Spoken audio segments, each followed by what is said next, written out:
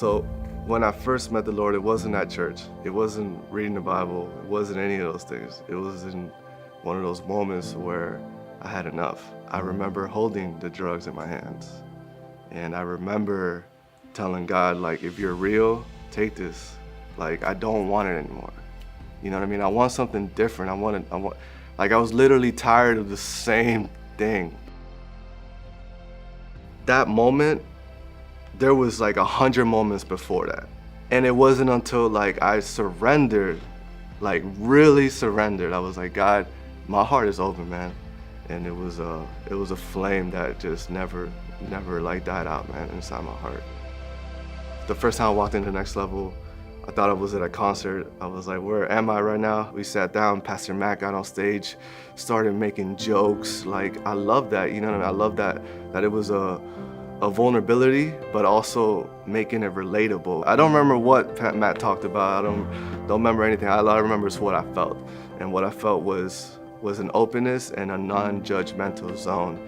About a year ago, definitely felt like I was serving in a church. I was serving in downtown, doing stuff for my spirit where I was being filled. Coming into like the barbershop, how can they get that flame? You know what I'm saying? Like that was my prayer. God, how can I love them more? How can I help them become better fathers? How can I help them become better husbands? How can I help them in these short moments that I have with them? Start telling them about what I'm doing in your life, man. And don't be weird about it, just be yourself. And so like when I understood that and God revealed that to me, that was my next step.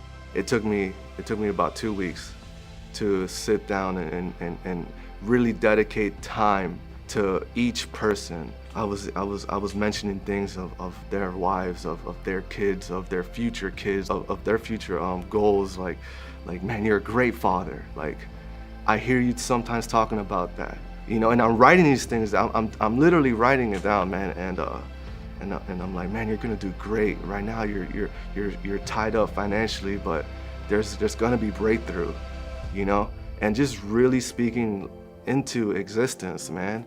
And the power of words was incredible. When I passed those letters out, a few of them were just wrecked. They were like, bro, you don't understand. You don't understand how much I needed that. And yeah, it was intense, you know. There was one guy that had cancer, and I even spoke into that. And I was like, man, you're gonna be healed, bro. And he was healed. And yeah, it was incredible, man. It feels great that I was obedient. You know, it feels great knowing that those moments in the past that I could have easily said, no, man, that's cheesy. Like, no, man, they're gonna think I'm stupid.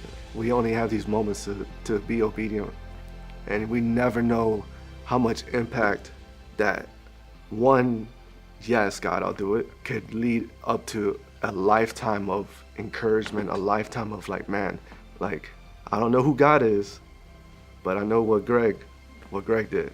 If anybody could do that, it doesn't have to be me, it could be anybody, you know? And so what I'm feeling right now, man, is just a confirmation, bro. It's a full circle thing. And it feels so good, man. It's such a miracle, you know?